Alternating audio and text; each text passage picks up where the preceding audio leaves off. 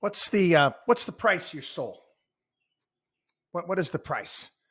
Hopefully there is no price. I love using little pop culture references here in my podcast and on my radio show. I've been doing it for years, and there's several. First, we're going to go to the movie Wall Street when Bud Fox is confronted by his father's Martin Sheen. And he asks Buddy, tells Buddy, I don't go to bed with no whore. I don't wake up with no whore. I don't know how you do it. I don't know how you live with yourself. Several stories. Again, this one keeps coming up. Made the Wall Street Journal again today. Jeffrey Epstein paying $150,000 to Leon Botstein. Again, he's the head of Bard College. He's obviously a big society type in New York City and attends all the right events. Noam Chomsky, political activist, writer, big guy on the left. Transferred $270,000 between accounts. Again, you actually take a look at what Chomsky was saying. It makes no sense whatsoever. Absolutely no sense whatsoever. The whole thing you read into it, the first thing comes to mind is bullshit, because that's what it is. Complete and utter BS. How many? I could track down the list. How many academics, how many politicians, how many business people, how many celebrities still hung out, worked with Jeffrey Epstein? This is after he was charged and all the stories came out. This is a really bad human being. This is not a good person by any stretch of the imagination. And again, if there was a Batman, he probably would be no longer, if you get my drift. I mean, pure evil, what he was doing to young girls. I mean, just awful stuff. And they all freaking knew it, for crying out loud. More coming out from J.P. Morgan, how many of the people in their asset management division were, basically, I wanted to keep close because Epstein would refer to them business. Again, I don't know how people do it. I really don't. Again, brings me to another Wall Street thought there. That Hal Holbrook's character was, again, he plays almost like the conscience in the film to some degree. And he got this line. It's the funny thing about money, Bud, it makes you do things you don't want to do. I guess. But what we witness on a regular basis, people selling their souls for money and prestige, it's not good.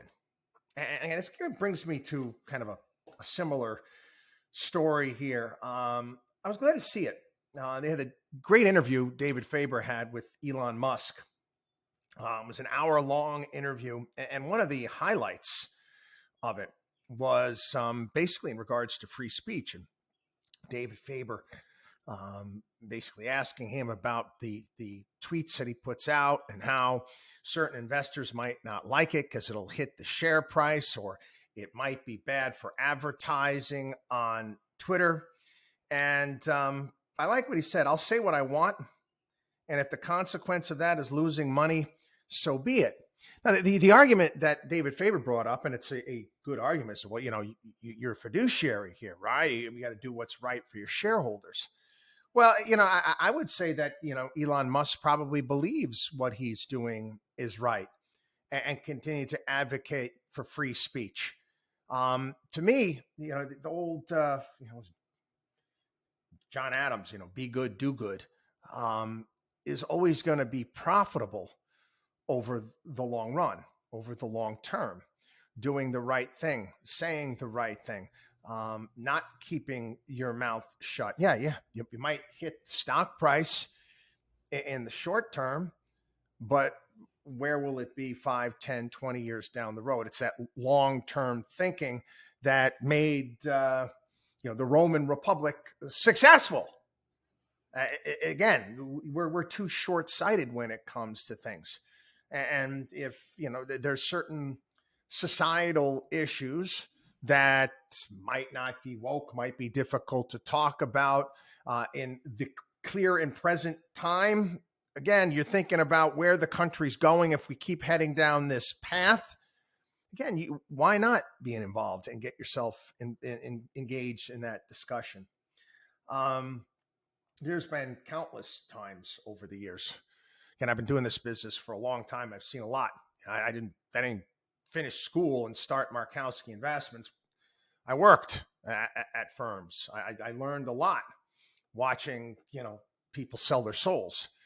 And countless occasions over the years, we've been asked to do a myriad of different things that would have put a lot of money in our pockets. Whether it be starting, a Robin Hood type of business and marketing it on the radio show and to all the people that we know, or to start our own cryptocurrency. There's so many different things out there, and we're like, no.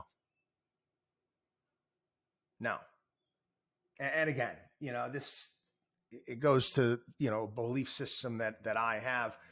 My industry, being a professional. Like good doctors and good lawyers and people out there, accountants, never should they be publicly traded entities. You can't serve two masters. Can't serve two masters. And I've talked about this with some of the big firms out there. The CEO of these companies, they're there for their bottom line. They're serving their shareholders. You have an account there, you're second fiddle. And that's always been the case. They always carve out loopholes in regards to fiduciary duty with the big firms. There's a difference. But again, people have a choice to make. You do. There's choices that we're going to make in life. It's going to send us on a myriad of different paths. Selling your soul and your belief system. Because again, you're doing it. People can find funny ways of justifying things in their minds. Don't do that. It's not worth it. Anyway, WatchDog on WallStreet.com.